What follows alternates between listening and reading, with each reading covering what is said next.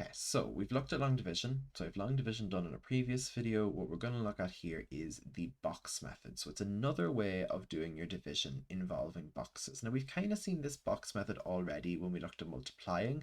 So we're just going to apply the same idea here when we're looking at division. So I've laid out some key points for us to kind of consider when we're doing this box method. The first thing is that for our boxes, the first and the last term are going to go in one box each. So they get one box, it's going to be the top left and the bottom right.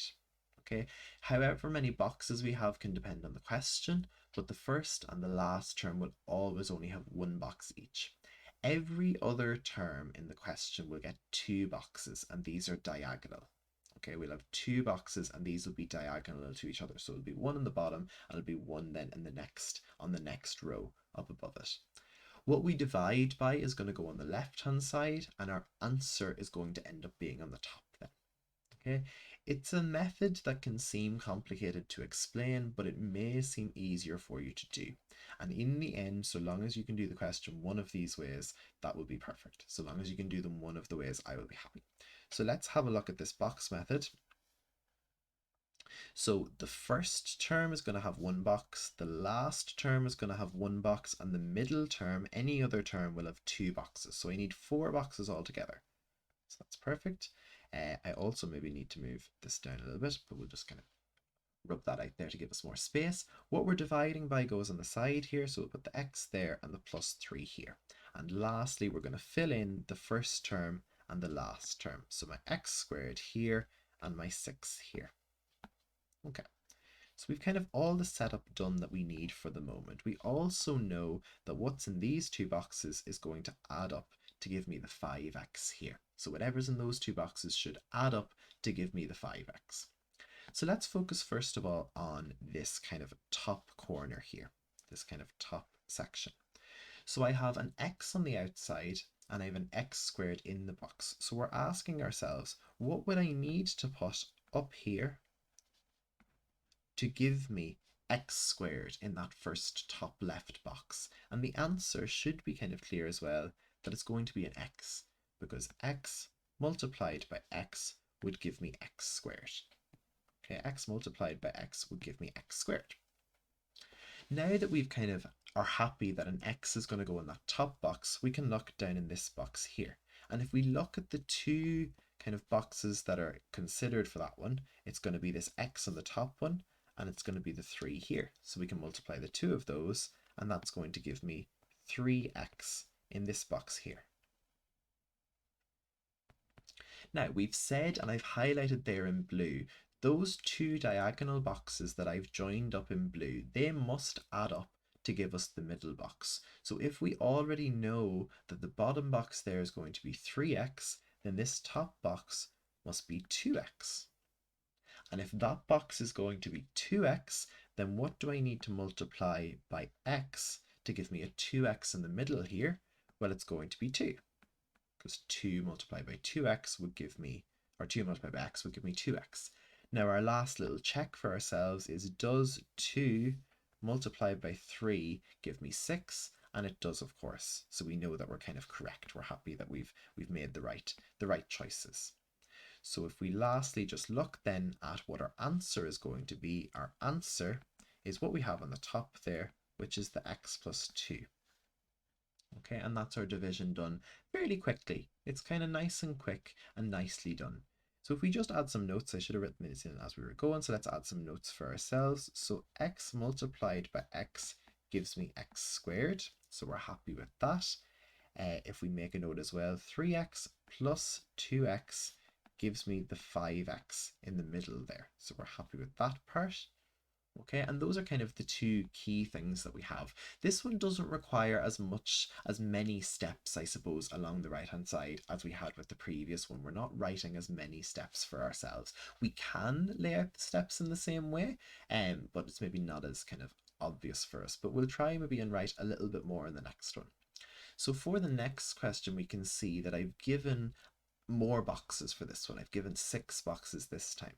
So we said the first term and the last term are going to go in the top left box and the bottom right box. So this is my first term and my last term. We said that any other term is going to get 2 boxes. So my x squared is going to get 2 boxes, and my x part is going to get 2 boxes. My x squareds are going to be these boxes here, and my x's are going to be these boxes here. So remember, we said we're working with diagonals. Okay. So let's try and break this down. We're writing what we're dividing by on the outside, which is x plus 3. So let's try and write a few more steps for ourselves here. So let's focus on this top left box first of all. Okay, let's focus on the top left box first of all. And if we really wanted to, we could give each of these boxes a number, maybe to kind of see where we're working with. We're going to have 3 parts to our answer here because there are 3 kind of sections along the top that we need to fill in.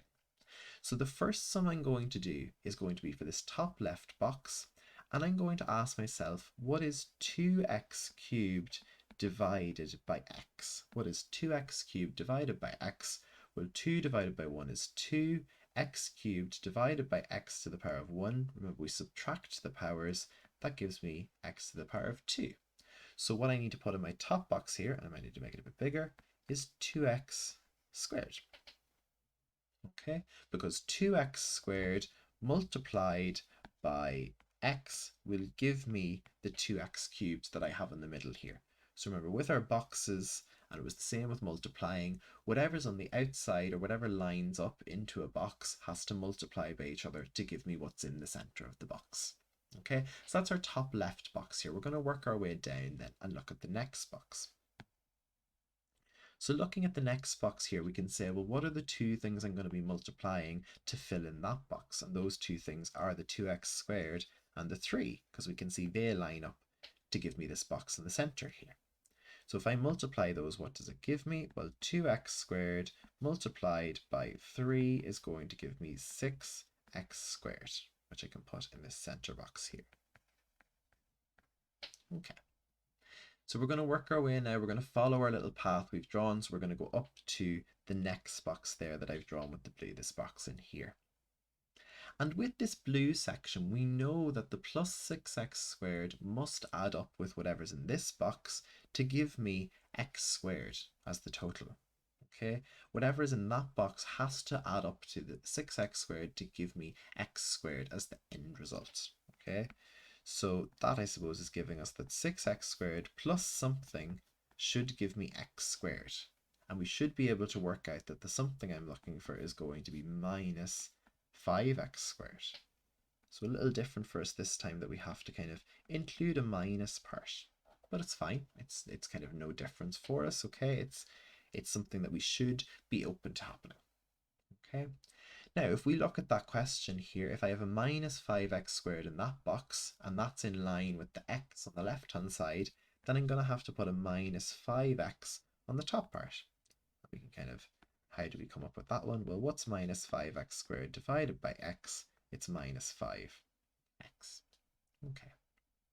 Now, if we look down here at this little box, okay, again, we look and see what's in line with this box here. So minus 5x on the top, plus 3 on the bottom. We multiply the 2 of those, we get minus 15x. Minus 15x. So that's my 3 multiplied by minus 5x, giving me minus 15x here. Okay, again, we're going to stick with the pink parts next. We know that minus 15x plus something should give me minus 13x. And we should be able to work out that the plus something would be plus 2x. Plus 2x. Okay, again, then that's going to leave us with a plus 2 on the outside here. That's 2x divided by x, giving me 2. And we can double check then for our final answer. Does 2 multiplied by 3 give me 6? Because those 2 are in line, and it does in fact give me 6. So that suggests to us that yes, we are correct. So then our answer for this one is going to be the same as we've had there, 2x squared minus 5x plus 2. So our box method can seem a little bit more maybe intuitive first and a little bit kind of clearer.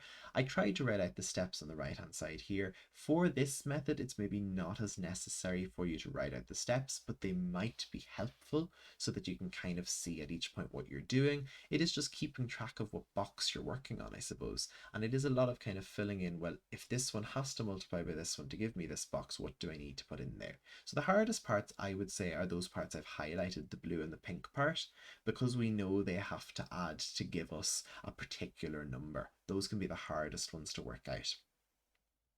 If we have a term missing, so I went over this with the long division, but the same thing applies with our box method. If we have a term missing, we're going to have to consider it being a 0x squared. Okay, we're going to have to consider it being 0x squared. So let's just again lay this out in the same way. Again, I'm going to have 6 boxes here. On the outside, it's x minus 2, and we can fill in the first term and we can fill in the last term. Okay, laying those out for ourselves, and again, matching up then the other boxes that we have. Okay.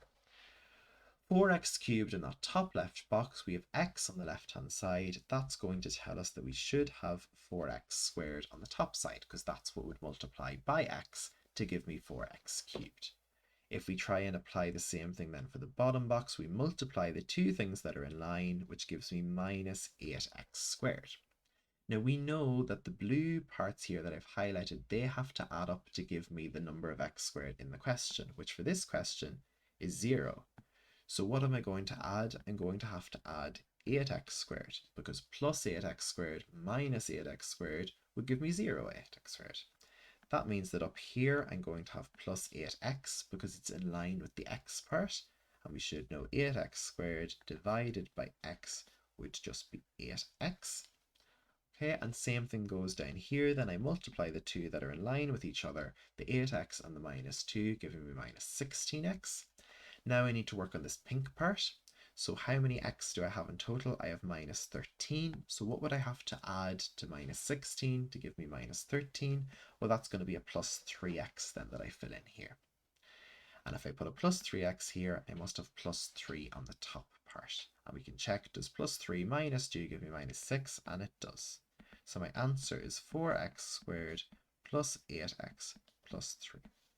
So the box method gives us another way of doing it. Now for the easier questions, I suppose it can definitely seem a good bit easier. As the questions get more complicated and longer, I think you do see the same kind of things happening. There maybe are less steps involved in kind of writing out a box method question. However, there is a bit more thinking involved in it. Whereas with our other method, it's maybe more you learn off the steps that you're going to have to do and you apply those steps, but the same steps each time. So it's just a matter of you really deciding and then making sure you can perfect whichever method you're going for, and just to make sure that whichever method it is that you're definitely going to get out the right answer for yourself.